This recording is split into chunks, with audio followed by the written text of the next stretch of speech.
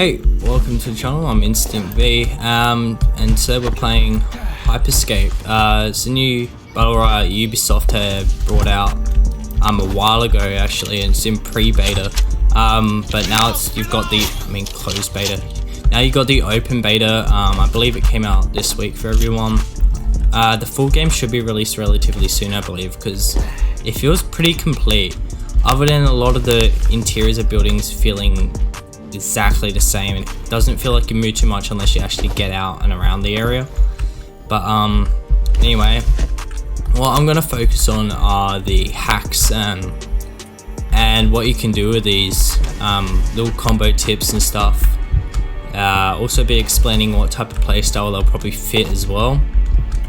Actually, the funny thing is you can actually link up a lot of these with how to lay it out. Anyway, the first one I'll get onto is probably one of the more aggressive ones, and for those who have got pretty good tracing for in the air or good timing for when you near snipe.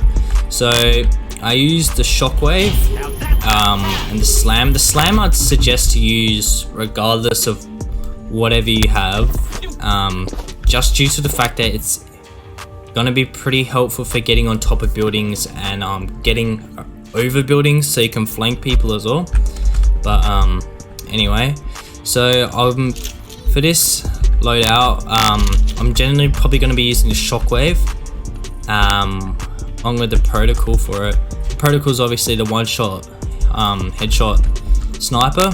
I know it says 120 damage, but that is actually the standard health for everyone. Everyone's got 120 health on this. Not exactly sure why that is. I think they probably should make it 100. This gun still wouldn't be a one shot to the body either, because I believe it's like, I couldn't see that from there. Yeah, it's 80 damage and max upgrade anyway, so you'd be fine regardless. Yeah, so the idea is that you'll run up to them, you shockwave them, and then you shoot him in the air, and you can finish him off with the harpy or whatever you want. Even an average protocol should take down about 60 to their health, so it will actually give you huge advantage if you can chase it in the air. The only problem with that is you do have, they have the chance of obviously doing the same from you from up high, but if you time it right, you can actually do some pretty well played moves to this one, and often if you're behind them especially, you'll catch them off guard and be able to land that sniper shot or trace them through the air or whatever you want.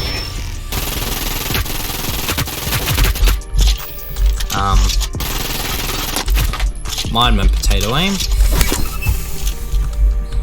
Anyway, so you got that one. So that's a shockwave combo I'll use. The teleport combo. Now, immediately a lot of people would probably be thinking, really? Immediately a lot of people would probably think that it's meant for getaway or whatnot. But that's actually not really the case with these. What you actually want to do is you want to teleport behind your opponent and then catch them off guard.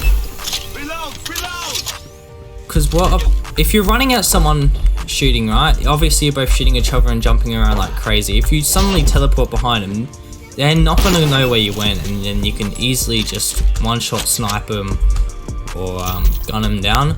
So say you're even a fair distance, say I was on top of this, because he'll disappear if I jump up there. I kind of wish they made it a bit better. You actually have a really long teleportation range with this. Yeah, sure, still you can use it for quickly getting around things and whatnot, or okay, you can't go through things, that's a bit annoying. To get around, but yeah, you can't. Crack open loot crates and destroy deployed enemy hacks. But that's the actual idea of it. At first I wasn't understanding how people were getting behind me and whatnot, but realistically that is actually an extremely strong flank that nobody would naturally expect anyone to do.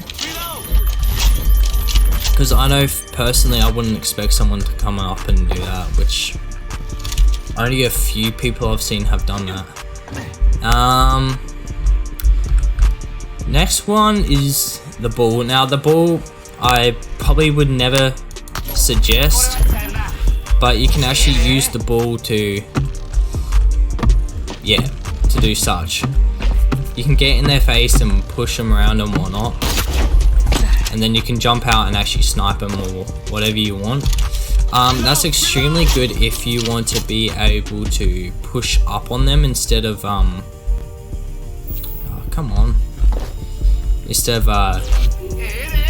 just, you know, running and risking getting shot at. So you go into your ball and you come at it and you'll be able to snipe them. So that's probably the main tactic you'd want for that.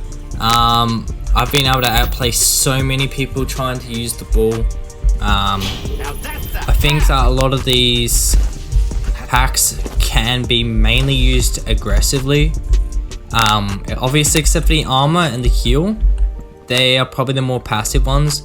I would never suggest getting the heal, as you have to sit in one spot, and I have many times been able to get an easy kill because I knew someone was going to be standing there, because you can hear them activate it. I've also, on the other hand, been killed because of that before I knew that you could only stay in a small radius. It's probably better used inside a building. The armor is probably only going to be useful if you're running away, because as soon as you activate the aim or even try to revive, it'll cancel out. I find that quite annoying. I reckon with the shield you should be able to revive and do passive things. But yeah, reveal, pretty obvious. There's not a whole lot of tactic needed on that one. I would say if you think someone's in a building or whatnot, you go up, you'd use it and make sure, or you'd use it in a squad to make sure that the area is clear for your squad if you know you're all on ammo or whatnot, or if you just want to be the aggressive player. It's probably good if your team has a big variety of all these different things. But invisibility, I'll use that one quite often as a getaway. If you ever played Apex, you know that Wraith used her teleport to get away or whatnot. So you can actually use the ability quite well in order to disappear from someone. Just beware that they can still shoot you in this, and a lot of people will be tracing where they believe someone will be going, so just watch out for that. You generally want to slide or dip around a corner as fast as you can with this to break line of sight of where they believe you could be. Taking any jumps or whatever will make you visible, just due to the fact that they can hear where you've jumped from. I mean, using those like yellow jump pads or whatnot. And yeah, the mine. Now the mines are probably good if you wanna, if you wanna play a bit more defensively. So if you know someone's gonna be pushing you or someone's gonna be coming into the room, you can place a mine down, or if you got quick charge, you can place a few down. And it will generally stop people from trying to push you as hard. Some people will push through those. If they do push, you have a big advantage due to the damage that it will take from that. So that's always a good option if you know you're going to be outplayed due to what guns they have or not at the time. The wall, that's pretty self-explanatory. You just use it to block off any shots. You can use it also to gain height if you didn't know. So if you jump twice and place the wall, you can, okay, I messed up that one, but you can actually stand on top of the wall like such, and then you can use it to get height or whatever. Yeah, so you can use it to get your height. It's also good for confusing the enemy in the middle of a battle.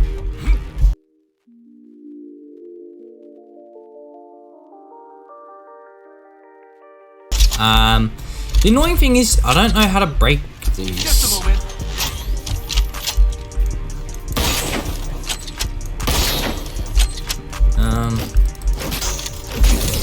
Oh, okay, so you can hit him. If you hit him a few times, you must be able to destroy him. Actually, we'll test that now.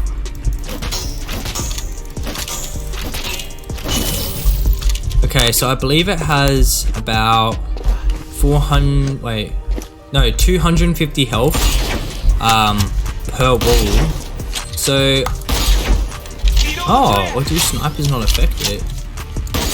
Yeah, no, so it's about 250 health per wall. Obviously you can use it defensively, but if you have a whole squad pushing on you, it may not be too useful. But as you can see there, they won't fall down if you somehow get them destroyed or whatnot. Yeah, but as you saw there, if you have like if the opponent has an SMG or whatever, you're probably at a bit of a disadvantage. But then all of these things can be paired with Slam. It's like a quick getaway or get up for height or whatnot. So Slam's probably the one I'd say always to grab, no matter what playstyle you have, as it will suit if whether you want to run away, whether you want to push. It can suit anything you really want to do, so I'd always suggest getting that. Yeah, so thanks for watching that one. I'll probably be doing a more in detail about each of the weapons once I figure out what they can do a bit better, because I know for a fact I don't use the Komodo at all. Just don't like it. I'm not exactly sure what I'm supposed to use it for yet. It doesn't seem too powerful. The Skybreaker is pretty good, but I haven't used that much, so once I get used to a few more of those, yeah, I'll be explaining those. So thanks for watching. I'll see you on the next one.